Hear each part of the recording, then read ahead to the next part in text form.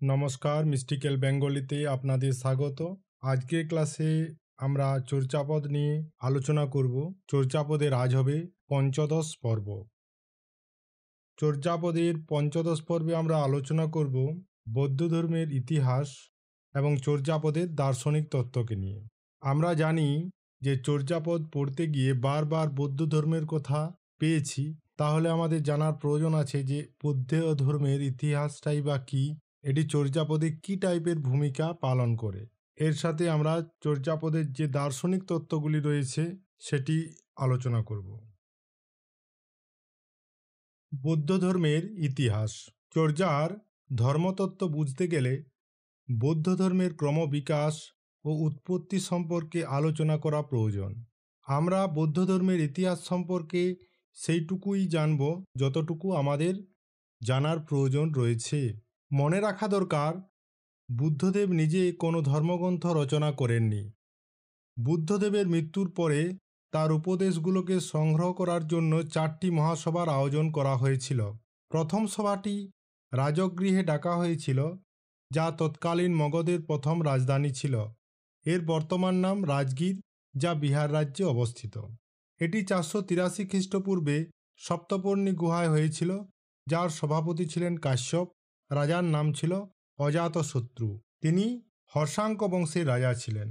তাহলে প্রথম সভাটি হর্ষাঙ্ক বংশের রাজা অজাতশত্রুর সময়ে 483 খ্রিস্টপূর্বে বিহারের রাজগৃহে সপ্তপর্ণী গুহায় হয়েছিল, যার সভাপতি হয়েছিলেন কাশ্যপ। এর প্রায় 100 বছর পরে 383 খ্রিস্টপূর্বে বিহারের বৈশালীতে দ্বিতীয় বৌদ্ধ মহাসভার আয়োজন করা হয়। এর সভাপতি ছিলেন সবকামী। সেই সময়ের রাজার নাম ছিল কালশোক। তিনি শিশুনাগ বংশের রাজা ছিলেন। এরপর তৃতীয় বৌদ্ধ মহাসভার আয়োজন করা হয়েছিল সম্রাট অশোকের আমলে 250 খ্রিস্টপূর্বে পাটলিপুত্রে। এই সভার সভাপতিত্ব করেন মোঘলীপুত্র তিস্য। সর্বশেষ অর্থাৎ চতুর্থ বৌদ্ধ মহাসভার আয়োজন করা হয়েছিল রাজা কনিষ্কের আমলে 72 খ্রিস্টাব্দে কাশ্মীরের কুণ্ডলবনে। এর সভাপতিত্ব করেছিলেন বসুমিত্র। এতক্ষণ জানলাম যে 4টি মহাসভা কোন সময় কার আমলে কখন হয়েছিল, কোথায় হয়েছিল এবং এই মহাসভাগুলোর সভাপতি কে ছিলেন। এই সভাগুলোতে বুদ্ধদেবের উপদেশকে অবলম্বন করে বিভিন্ন শাস্ত্রগ্রন্থ রচনা করা হয়। এর মধ্যে শ্রুত, বিনয় এবং অভিধর্ম পিটককে নিয়ে বৌদ্ধ ধর্মের ত্রিপিটক রচনা করা হয়। এই গ্রন্থগুলো পালি ভাষায় লেখা হয়েছিল। গ্রন্থগুলোর সন্ধান পাওয়া যায় শ্রীলঙ্কা, মায়ানমার, জবদ্বীপ এবং তিব্বতে। বৌদ্ধ ধর্মের প্রচারকারী যে প্রাচীনতম শাখাটির সন্ধান পাওয়া যায় তা হল হীনযান। এর পরবর্তী সময়ে 72 খ্রিস্টাব্দে চতুর্থ বৌদ্ধ মহাসভায় বৌদ্ধ ধর্মের মহাযান মতের চূড়ান্ত রূপরেখা নির্ধারণ করা হয়। তখন বৌদ্ধ ধর্ম দুটো শ্রেণীতে ভাগ হয়ে যায়। একটি হচ্ছে হীনযান আর অন্যটি হচ্ছে মহাযান। হীনযান এবং মহাযান সম্প্রদায়ের মধ্যে বিরোধ ছিল মূলত আদর্শ, উপদেশের প্রয়োগ, সাধনকালের সময় এবং সাধনকালের নিয়ম নিয়ে। প্রাচীনেরা এইসব বিষয়ে হীন ছিলেন বলেই তাদেরকে হীনযান বলা হয়। এরা ছিলেন চরম আদর্শবাদী। শূন্যতাকে প্রতিষ্ঠা করতে হবে এবং নির্বাণকে অবলম্বন করে বুদ্ধ নির্দেশিত পথে মুক্তি লাভ করতে হবে, এই ছিল হীনযানপন্থীদের ধারণা। বৌদ্ধ ধর্মের প্রাচীনপন্থীদের সাধারণত বলা হতো তাই হীনযান, এবং নবীন এবং উদারবাদীরা যারা, তাদের বলা হতো মহাযান। নাগার্জুন, অসঙ্গ, বসুবন্ধু প্রভৃতি আচার্যগণ মহাযান ধর্মের প্রচারক ছিলেন। এই মহাযান সম্প্রদায় পরবর্তী সময়ে দুটি ভাগে ভাগ হয়ে যায়। একটি হলো পারপিতানয় এবং অপরটি হলো মন্ত্রনয়। পারপিতানয় মহাযান পন্থীদের বিশুদ্ধ দার্শনিক তত্ত্বকে আশ্রয় করে গড়ে ওঠে। অন্যদিকে পারপিতানয়ের উপর গুরুত্ব না দিয়ে বিভিন্ন প্রকারের মন্ত্রের উপর গুরুত্ব আরোপ করে যে মত গড়ে ওঠে সেটি হলো মন্ত্রনয়। তাহলে আমরা এই পর্বে জানলাম যে বৌদ্ধ ধর্ম দুটো শাখায় বিভক্ত হলো, একটি হলো হীনযান আর অন্যটি হচ্ছে মহাযান। বৌদ্ধ ধর্মের প্রাচীনপন্থীদের বলা হতো হীনযান এবং নবীন বা উদারদের বলা হতো মহাযান। নাগার্জুন, অসঙ্গ, বসুবন্ধু প্রভৃতি আচার্যগণ মহাযান ধর্মের প্রচারক ছিলেন। এই মহাযান পরবর্তী সময়ে দুটো শ্রেণীতে বিভক্ত হয়ে পড়ে। একটি হলো পারপিতানয় এবং অপরটি হলো মন্ত্রণয়। পারপিতাময় কাদের বলা হতো? যে পারপিতানয় মহাজনপন্থীদের বিশুদ্ধ দার্শনিক তত্ত্বকে আশ্রয় করে গড়ে উঠেছিল। অন্যদিকে পারপিতানয়ের উপর গুরুত্ব না দিয়ে বিভিন্ন প্রকারের মন্ত্রের উপর গুরুত্ব আরোপ করে যে মত গড়ে ওঠে তাই হলো মন্ত্রণয়। পরবর্তী সময়ে এই মন্ত্রণয়ের সাথে নানা প্রকার দেবদেবীর পূজা পদ্ধতি, ধ্যান, ধারণা ও আচার অনুষ্ঠান যুক্ত হয়ে একটি নতুন বৌদ্ধ ধর্মীয় শাখার উদ্ভব ঘটে, যার নাম হচ্ছে ব্রজযান। ব্রজ শব্দের অর্থ হচ্ছে বৌদ্ধতান্ত্রিক মতে অর্থ শূন্যতা। তাহলে মন্ত্রণয়ের সাথে পরবর্তী সময়ে বিভিন্ন প্রকার দেবদেবীর পূজা পদ্ধতি ও তান্ত্রিক ক্রিয়া যোগ হয়, যে একটি নতুন শাখার উদ্ভব হয়। সেই শাখাটি ব্রজযান নামে পরিচিত। এই ব্রজ শব্দের অর্থ হচ্ছে বৌদ্ধতান্ত্রিক মতে অর্থ শূন্যতা।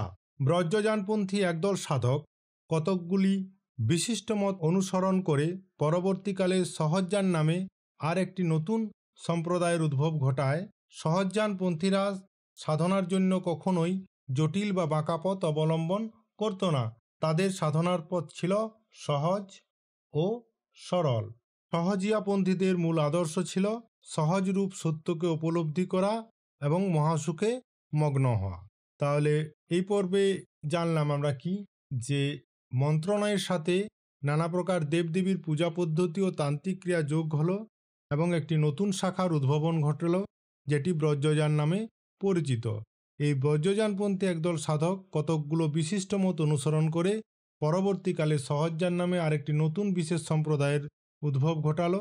সহজযানপন্থীরা সাধনার জন্য কখনোই জটিল বা বাঁকা পথ অবলম্বন করতেন না। তাদের সাধনার পথ ছিল সহজ সরল। সহজিয়াপন্থীদের মূল আদর্শ ছিল সহজ রূপেই সত্যকে উপলব্ধি করা। তাহলে আমরা এতক্ষণ পর্যন্ত যেগুলো জানলাম যে বৌদ্ধ ধর্মের ক্রমবিকাশটা কিভাবে হলো, এটা এখন টেবিলের সাহায্যে আমরা দেখব যে বৌদ্ধ ধর্ম প্রথমে দুটো শাখায় বিভক্ত হলো। কি দুটো শাখা? না, একটি হচ্ছে হীনযান এবং অন্যটি হচ্ছে মহাযান। এই মহাযানরা আবার দুটো শাখায় ভাগ হচ্ছে, একটি হচ্ছে পারপিতানয় আর অন্যটি হচ্ছে মন্ত্রণয়। তাহলে দুটি শাখা হলো, একটি হচ্ছে পারপিতানয়, অন্যটি হচ্ছে মন্ত্রণয়। এই মন্ত্রণয় আবার দুটো শাখায় ভাগ হচ্ছে, একটি হচ্ছে ব্রজযান এবং তারপরে আরও একটি শাখা তৈরি হচ্ছে যেটি সহজযান। এতক্ষণ পর্যন্ত আমরা বৌদ্ধ ধর্ম সম্বন্ধে জানলাম। এরপর আমরা চর্যাপদে বর্ণিত দার্শনিক তত্ত্ব নিয়ে আলোচনা করব। আমরা চর্যাপদগুলোতে যে দার্শনিক তত্ত্ব দেখি তা সাধারণত মহাযান বৌদ্ধ ধর্মের অন্তর্বর্তী বিভিন্ন দার্শনিক সম্প্রদায়ের মতাবলী নিয়ে গঠিত। তাহলে চর্যাপদগুলো মোটামুটি মহাযান বৌদ্ধ ধর্মের অন্তর্বর্তী বিষয়কে কেন্দ্র করে গড়ে উঠেছিল। চর্যার অনেকগুলি পদে বৌদ্ধ ধর্মের অন্তর্বর্তী দুটি বিশিষ্ট মত দেখতে পাওয়া যায়। নাগার্জুন প্রবর্তিত শূন্যবাদ বা the fundamental verses on the middle way, আর বসুবন্ধু প্রবর্তিত বিজ্ঞানবাদ বা কনসিয়াসনেস অনলি বা মাইন্ড অনলি। তাহলে বৌদ্ধ ধর্মের মহাজনপন্থীদের দুটি মত পাওয়া যায়। একটি হচ্ছে নাগার্জুন প্রবর্তিত শূন্যবাদ, বিখ্যাত শূন্যবাদ the fundamental verses on the middle way, আর একটি বসুবন্ধু প্রবর্তিত বিজ্ঞানবাদ বা কনসিয়াসনেস অনলি বা মাইন্ড অনলি। চর্যাপদের দার্শনিক তত্ত্বের এই দুটো বিখ্যাত পথ। তাহলে আমরা এখন জানবো যে নাগার্জুন প্রবর্তিত শূন্যবাদ বা the fundamental verses on the middle way এটা কি, এই বিষয়টা কি। ঠিক আছে, তাহলে নাগার্জুন প্রবর্তিত শূন্যবাদ আসলে কি?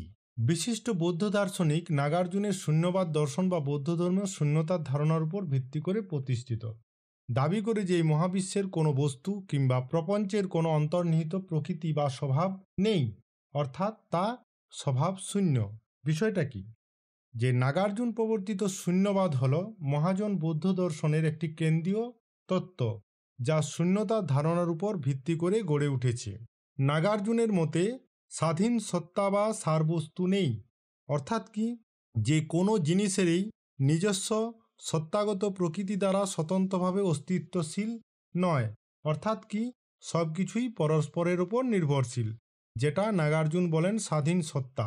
পরবর্তী আরেকটি বিষয় এটির উপর ডিপেন্ড করে, যেটি হচ্ছে নির্ভরশীল উদ্ভব বা ডিপেন্ডেন্ট অর্গানাইজেশন। এই তত্ত্ব অনুযায়ী সমস্ত কিছুই পরস্পর সম্পর্কিত এবং একটি অন্যটির কারণে উদ্ভূত হয়। এরপরে আরেকটি ধারণা আছে মধ্যমার্গ, দ্য মিডল ওয়ে। শূন্যবাদ এক ধরনের মধ্যপন্থা যা চরম বাস্তববাদ এবং সম্পূর্ণ বাস্তববাদ উভয়েই বিরোধিতা করে। তাহলে সোজা বাংলায় বলতে গেলে যে নাগার্জুন প্রবর্তিত শূন্যবাদ তিনটি ধারণার উপর কেন্দ্র করে গড়ে উঠেছে। একটি হচ্ছে স্বাধীন সত্তা, অর্থাৎ সব কিছুই পরস্পরের উপর নির্ভরশীল তত্ত্ব, যেটি হচ্ছে সমস্ত কিছুই পরস্পর সম্পর্কিত এবং একটি অন্যটির কারণে উদ্ভূত হয়। তৃতীয়টি হচ্ছে মধ্যমার্গ বা দ্য মিডল ওয়ে। শূন্যবাদ এক ধরনের মধ্যপন্থা যা চরম বাস্তববাদ বা সম্পূর্ণ বাস্তববাদ উভয়ের বিরোধিতা করে। অর্থাৎ শূন্যবাদ বলতে বোঝায় এই পৃথিবীর কোনো কিছুই নিজে থেকে বা স্বতন্ত্রভাবে নেই, সব কিছুই অন্য কিছুর উপর নির্ভর করে তৈরি হয় বা টিকে থাকে। নাগার্জুন বলেছিলেন, জগতে সব জিনিসই একে অপরের সঙ্গে জুড়ে আছে, তাই কিছুই আলাদা বা স্বাধীন নয়। উদাহরণ হিসাবে বলা যেতে পারে যে মাটির কলস। আসলে আমরা যাকে মাটির কলস বলি তার আসলে নিজস্বতা বলে কিছু নেই। আমরা যাকে মাটির কলসি হিসাবে দেখছি তা আসলে মাটি তার আকার এবং ব্যবহারের উপর নির্ভরশীল হয়। আরও একটা বিষয় উদাহরণ হিসাবে দেওয়া যেতে পারে, যেমন টেবিল কিন্তু নিজে টেবিল নয়, এটি কাঠ, পেরেক, রং এবং কাজ করার জন্য একজনের কারিগরের উপর নির্ভর করে তৈরি হয়েছে। তাই টেবিল বলাটা আসলে তার পুরো আসল সত্যি নয়। নাগার্জুন এটাকেই বলেছিলেন শূন্যতার মানে কোনো জিনিসের ভেতর নিজস্ব সত্তা বা আসল সত্য নেই। অর্থাৎ আমরা যা কিছু দেখছি তা কিন্তু কোনো বিষয়কে কেন্দ্র করে গড়ে ওঠে বা অন্য বিষয়ের উপর সে নির্ভরশীল, এটাই বলা হচ্ছে। আশেপাশে আমি টেবিলের একটি উদাহরণ দিলাম, মাটির কলসির একটি উদাহরণ দিলাম, তেমনি এখন ভিডিওটাকে পজ করে তোমরা আশেপাশে যেসব জিনিস রয়েছে তাকে কল্পনা করে এই বিষয়টাকে অনুধাবন করতে পারো, তাহলে বিষয়টা আরও সহজ এবং সুন্দরভাবে তোমাদের মনের মধ্যে থেকে যাবে। তাহলে আমরা এই শূন্যবাদটা কেন পড়ব, কেন এটা গুরুত্বপূর্ণ? না, এই ভাবনা আমাদের শিখিয়ে দেয় পৃথিবীর সব কিছুই পরিবর্তনশীল এবং অন্য কিছুর উপরেই নির্ভরশীল। যদি আমরা এই সত্য বুঝতে পারি তবে আমরা অপ্রয়োজনীয় আসক্তি বা দুঃখ থেকে মুক্ত হতে পারি। তাহলে শূন্যতা মানে কোনো জিনিস নেই তা নয়, বরং সব কিছুই একে অপরের উপর নির্ভর করে তৈরি হয়েছে।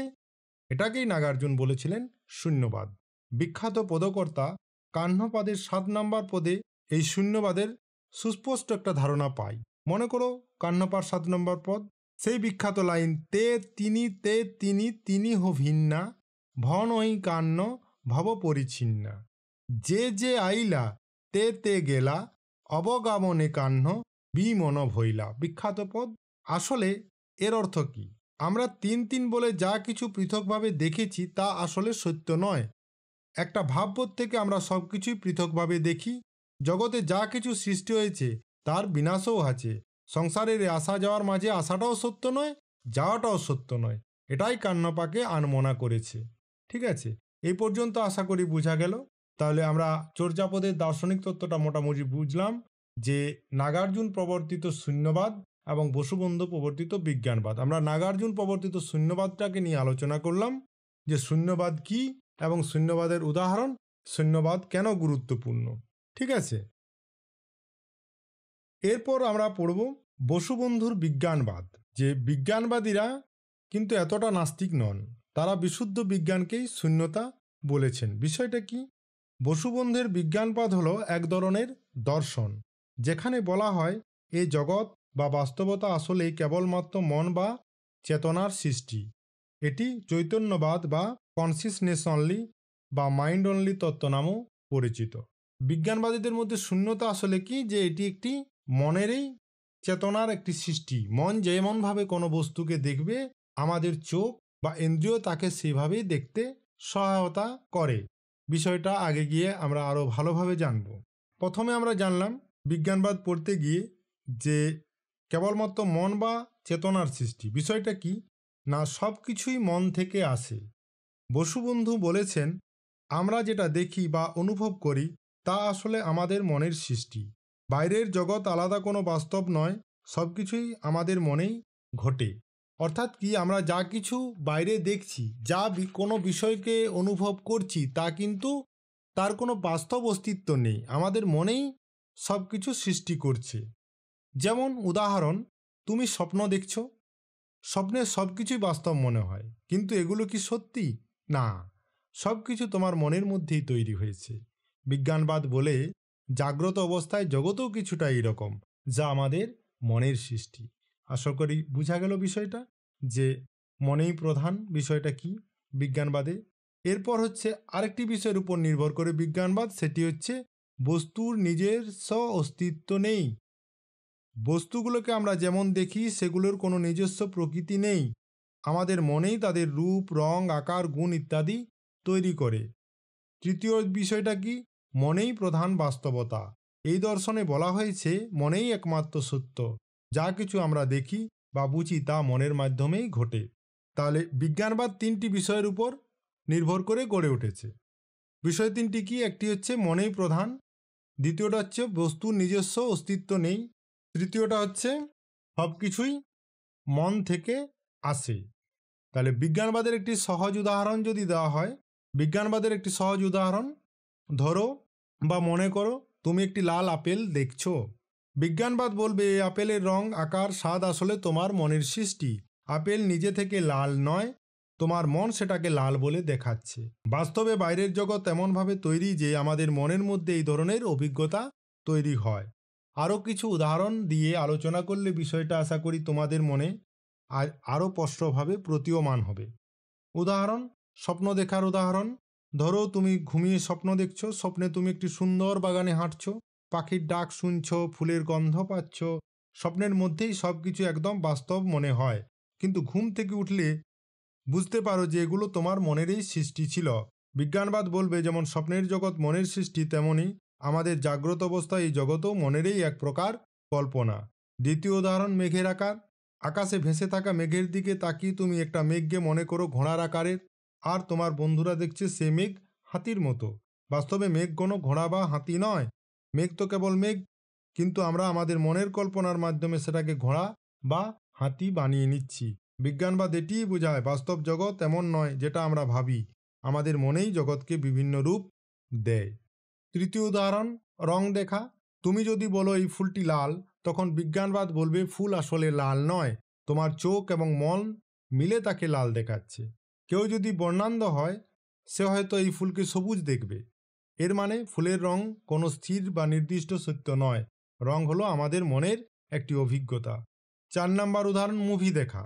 ধরো তুমি একটি সিনেমা দেখছো, স্ক্রিনের চরিত্রগুলো কথা বলছে, দৌড়াচ্ছে, হাসছে, কিন্তু বাস্তবে স্ক্রিনের উপর কোনো কিছুই ঘটছে না। এগুলো হলো ছবির ধারাবাহিক প্রক্ষেপণ, যা তোমার চোখ এবং মনের মাধ্যমে বাস্তব মনে হয়।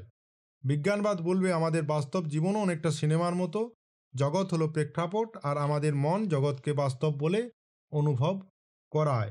5 নাম্বার উদাহরণ, জল বা মরীচিকা।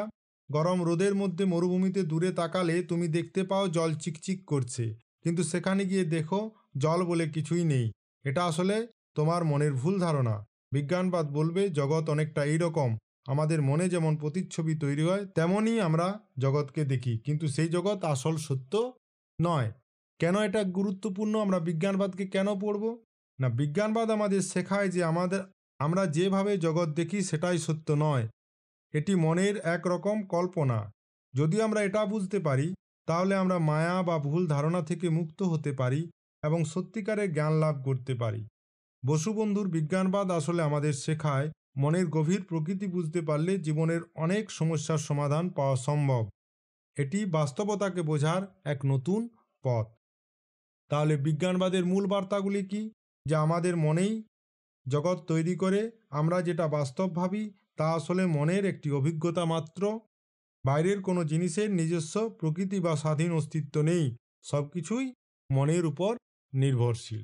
তাহলে এটাই হচ্ছে বিজ্ঞানবাদের ধারণা। বিশুদ্ধ বিজ্ঞানবাদের একটি চমৎকার উদাহরণ মেলে কোথায়?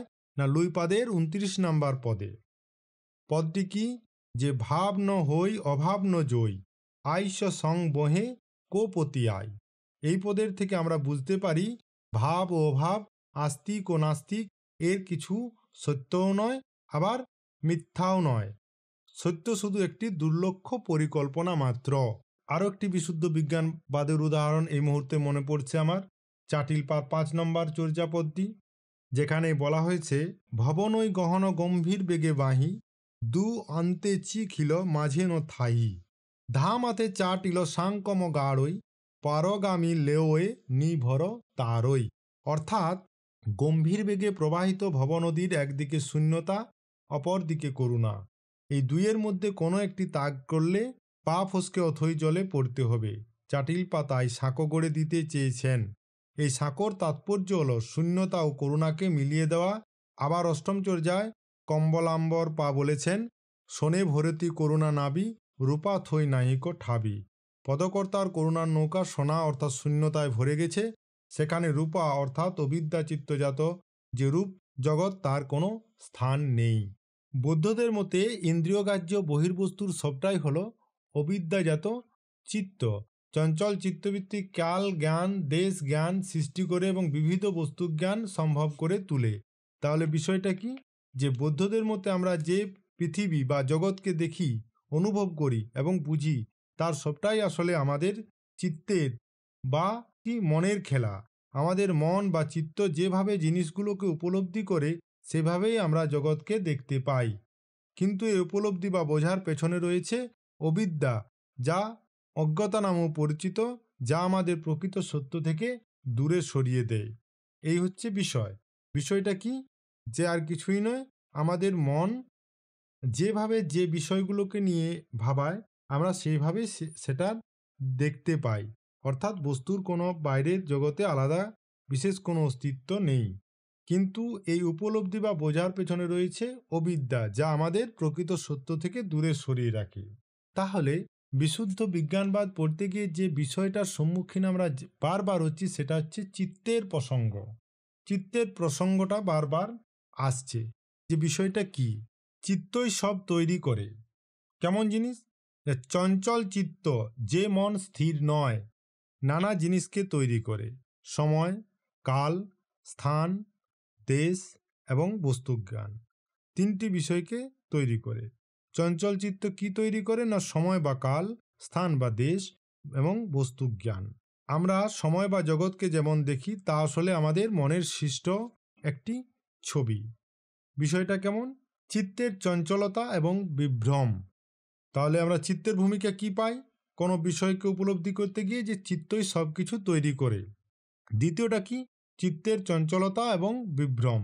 চিত্ত যদি স্থির না থাকে, চিত্তের চঞ্চলতা এবং বিভ্রম। চিত্তের চঞ্চলতা বুঝাতে লুইপা তার চর্যাপদে বলেছেন, চঞ্চল চিয়ে পৈঠা কালো। এর অর্থ হলো, আমাদের চঞ্চল মনেই সময়ের ধারণা তৈরি করে। চিত্ত যদি স্থির না থাকে, তাহলে আমরা নানা বিভ্রান্ত তৈরি করি। উদাহরণ, ধরো তুমি যখন ব্যস্ত বা দুশ্চিন্তায় থাকো, তখন সময় খুব ধীরে চলে বলে মনে হয়। আবার আনন্দে থাকলে সময় দ্রুত চলে যায়। বাস্তবে সময়ের কোনো নিজস্ব অস্তিত্ব নেই, আমাদের মনেই এটি অনুভব করায়। চিত্ত নিরোধ বা মনের স্থিরতা। যদি চিত্তকে স্থির করা যায়, তবে এই বিভ্রান্তি দূর হয়। তখন কাল বা স্থান সম্পর্কে আমাদের ভুল ধারণা দূর হয়ে যায় এবং আমরা প্রকৃত সত্য শূন্যতাতে প্রতিষ্ঠিত হতে পারি। তাহলে চিত্তের ভূমিকা কি না, চিত্তই সব কিছু তৈরি করে। চিত্তের চঞ্চলতা এবং বিভ্রম হয়। চিত্তকে নিরোধ বা মনের মধ্যে স্থিরতা আনতে পারলে শূন্যতাতে আমরা নিজেদেরকে প্রতিষ্ঠিত করতে পারি। চর্যাপদে তাহলে বারবার আমরা চিত্তের খেলা দেখতে পাই। ঠিক, চর্যাকাররা এই চিত্তের খেলা বোঝানোর জন্য নানা রূপক বা সিম্বল ব্যবহার করেছেন। চর্যাপদে রূপকের উদাহরণ, চঞ্চল চিত্তকে কখনো নদীর স্রোত, কখনো ঘূর্ণির মতো চিত্রিত করা হয়েছে। তারা বলেছেন, যদি এই স্রোতকে থামানো যায়, তাহলে মন স্থির হবে এবং বিভ্রম শেষ হয়ে যাবে। উদাহরণ দিয়ে সহজ করে বলা, চঞ্চল চিত্তের খেলা। ধরো তুমি একটি স্বচ্ছ পুকুরে তাকিয়ে আছো। যদি পুকুরে পানি শান্ত থাকে, তাহলে তুমি নিজের প্রতিচ্ছবি স্পষ্ট দেখতে পারবে। কিন্তু যদি পানি ঢেউ খেলায় অর্থাৎ চঞ্চল হয়, তখন তুমি নিজের স্পষ্ট প্রতিচ্ছবি দেখতে পারবে না। এই পানির ঢেউ হলো আমাদের চঞ্চল চিত্ত, যা বাস্তব জগৎকে আমাদের কাছে অস্পষ্ট বা বিভ্রান্তিকর করে তোলে। বোঝা গেল? আর চিত্ত নিরোধটা কি না, যদি সেই পানিকে শান্ত করা যায়, তাহলে প্রতিচ্ছবি পরিষ্কার দেখা যাবে। তেমনই যদি আমাদের মনকে স্থির করা যায় তাহলে আমরা সত্যকে যেমন তেমনভাবেই দেখতে পারি। মূল বার্তা কি? যা চিত্তই জগৎকে তৈরি করে। চিত্তের চঞ্চলতা, যেটি অবিদ্যা, আমাদের বিভ্রান্ত করে এবং কাল, দেশ, বস্তু প্রভৃতি মায়া সৃষ্টি করে। চিত্তকে স্থির বা নিয়ন্ত্রিত করলে, যেটা চিত্ত নিরোধ করতে পারলে এই বিভ্রান্তি দূর হবে এবং আমরা শূন্যতায় অর্থাৎ মুক্তির অবস্থায় প্রতিষ্ঠিত হতে পারি।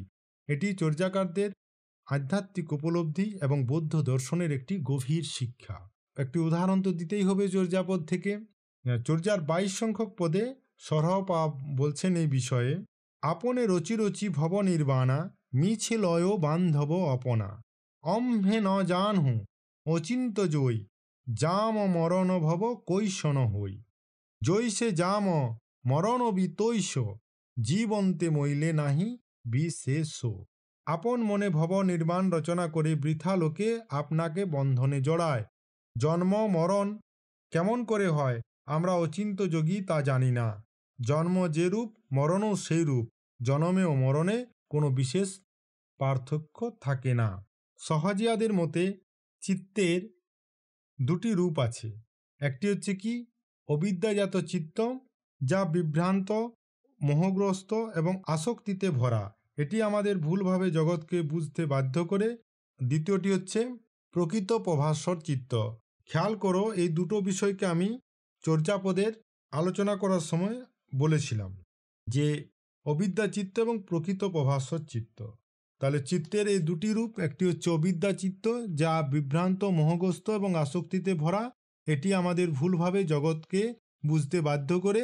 দ্বিতীয়টি হচ্ছে প্রকৃত প্রভাস্বর চিত্ত, যা বিশুদ্ধ, আলো ঝলমলে এবং আসল সত্যকে উপলব্ধি করাতে পারে। তাহলে আমরা যে বিষয়টা জানবো এখন, যে অবিদ্যার চিত্ত আসলে কি। এটি হলো আমাদের সাধারণ মন, যা সবসময় নানা চিন্তায় ব্যস্ত থাকে। এই চিত্তই আমাদের দুঃখ, মোহ, কামনা, রাগ, লোভের মধ্যে আটকে রাখে। এটি বাস্তবতাকে ভুলভাবে দেখে এবং মনে করে জগৎ বাইরের বস্তু দিয়ে তৈরি। এটি আসলে এক ধরনের অজ্ঞতা বা অবিদ্যা, যা সত্য বোঝার পথে বাধা দেয়। দ্বিতীয়টি হচ্ছে প্রকৃত প্রভাস্বর চিত্ত। এটি কি? যখন আমরা অবিদ্যার চিত্তকে বিনাশ করি অর্থাৎ অজ্ঞতাকে দূর করি, তখন আমাদের আসল চিত্ত অর্থাৎ প্রভাস্বর বা আলোকিত হয়ে ওঠে। এটি বিশুদ্ধ বিজ্ঞানরূপ চিত্ত, যেখানে কোনো ভুল ধারণা বা মায়া থাকে না। এই অবস্থায় মানুষ বুঝতে পারে আসলে সবকিছুই এক অনন্ত শূন্যতার মধ্যে বিরাজ করছে। এটিই মহাশূন্যতা।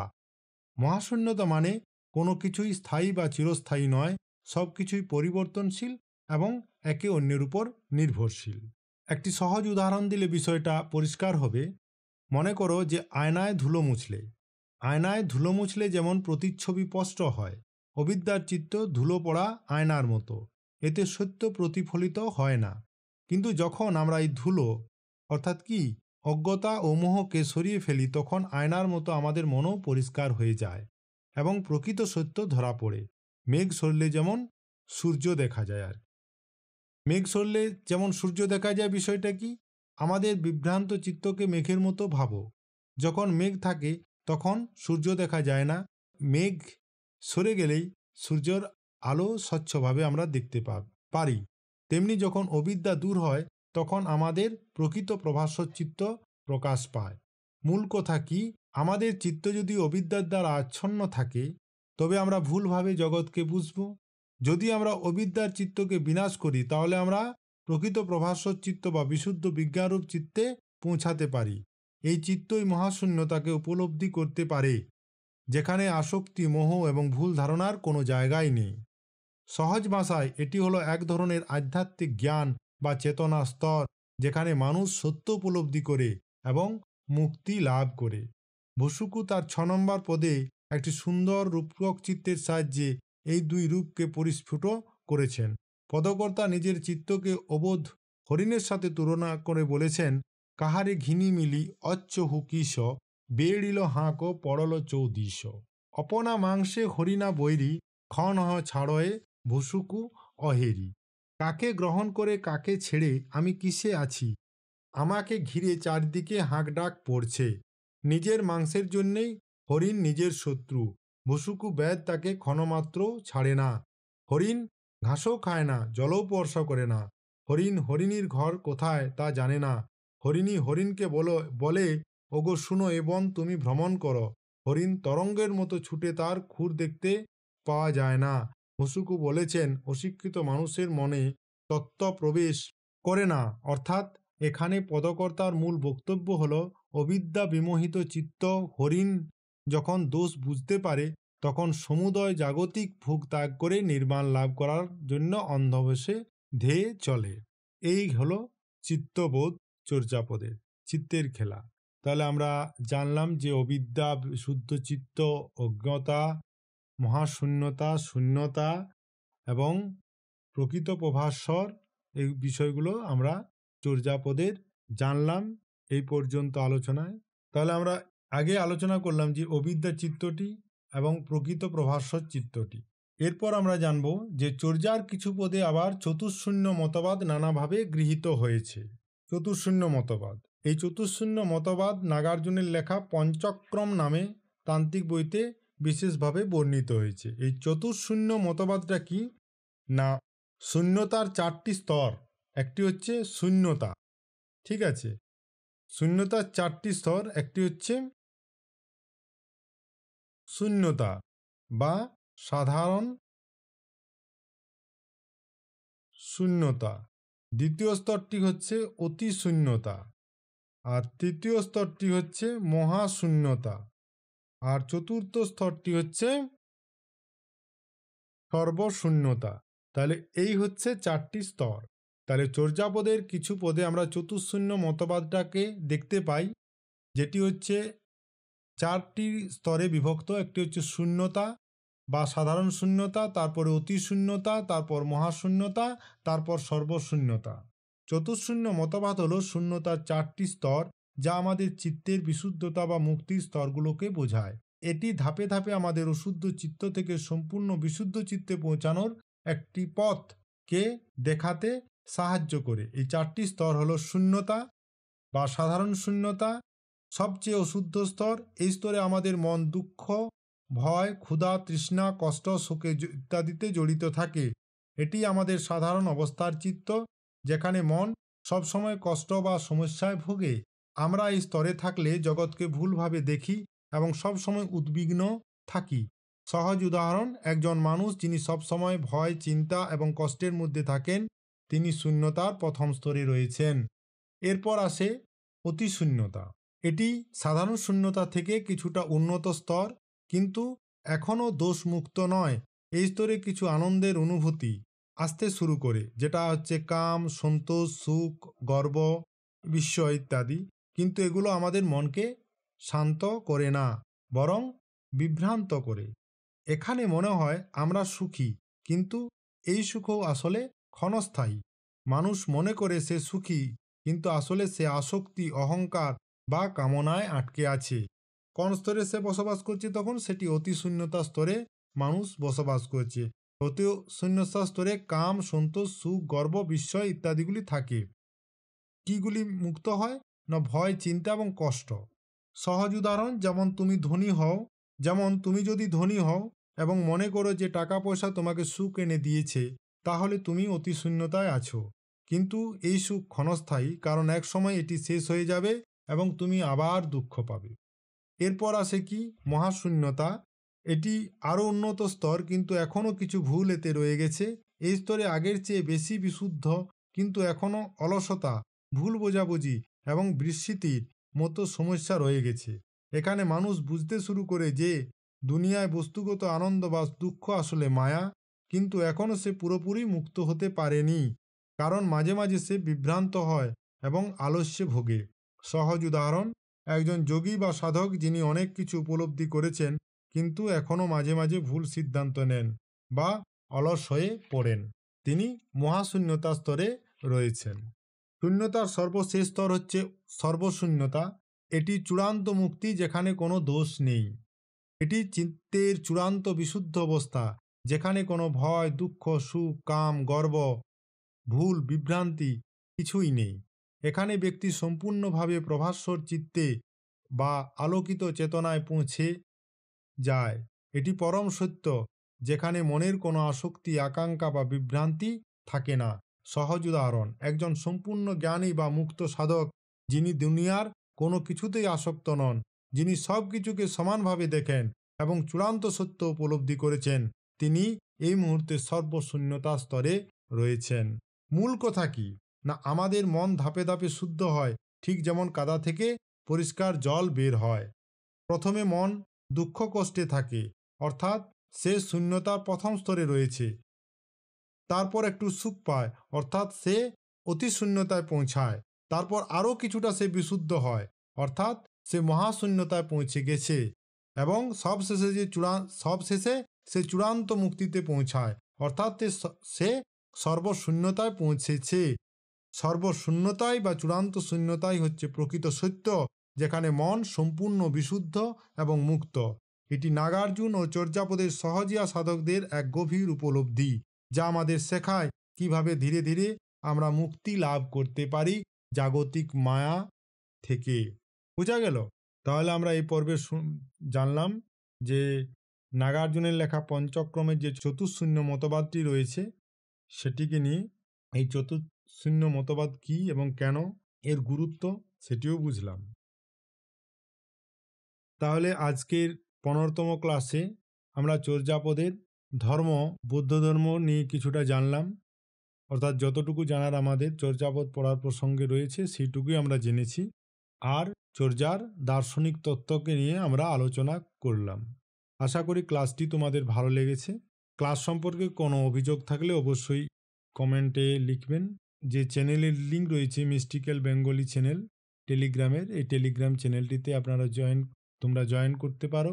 ধন্যবাদ ক্লাসের এই পর্যন্ত জুড়ে থাকার জন্য। আবার পরবর্তী ক্লাসে নিশ্চয়ই দেখা হবে। ভালো থাকবেন, সুস্থ থাকবেন।